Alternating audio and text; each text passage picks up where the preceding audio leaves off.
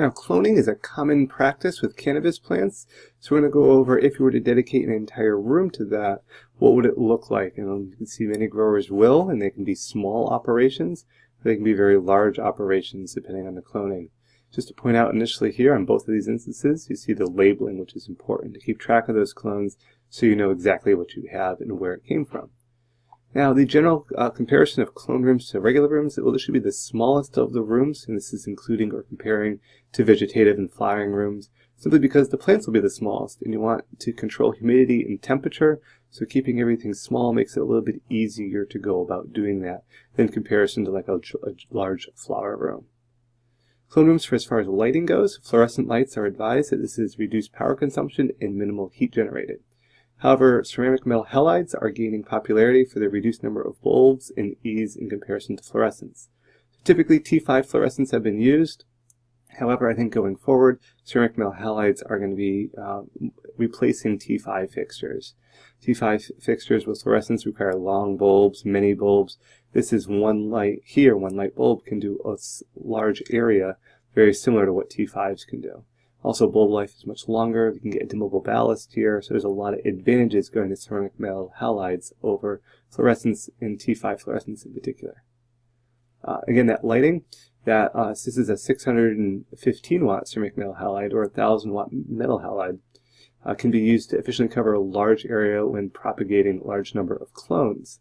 Keeping this light intensity low on plants so the foliage is not burned can be accomplished by hanging this light a good distance away, usually at least about 5 feet.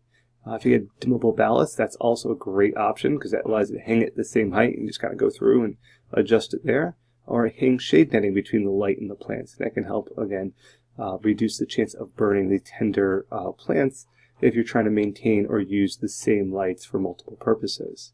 So here we see scaling up, so a clone room, or a clone tent in this case, and it's taking up a 2x2 area.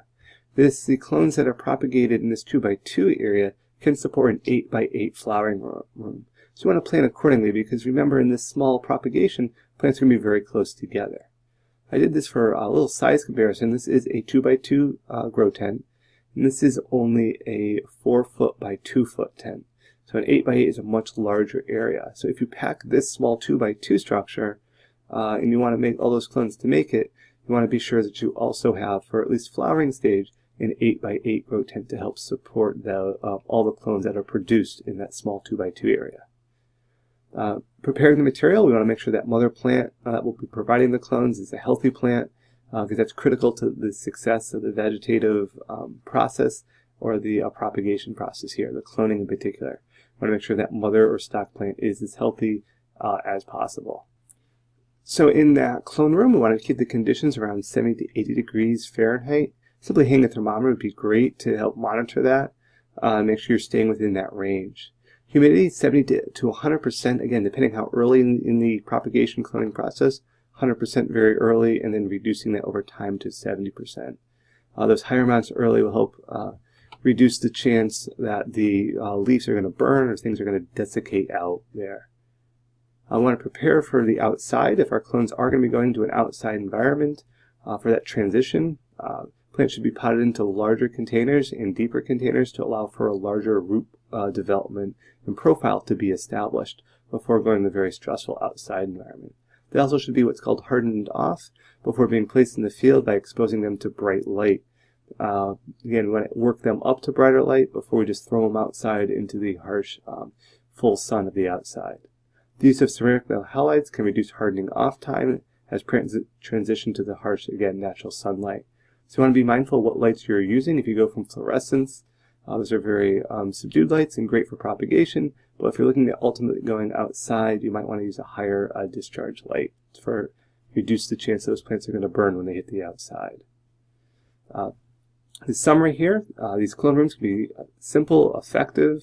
You can even use grow tents in some instances. Rockwool can be used as rooting media. Humidity domes and fluorescent lights are often easy and effective.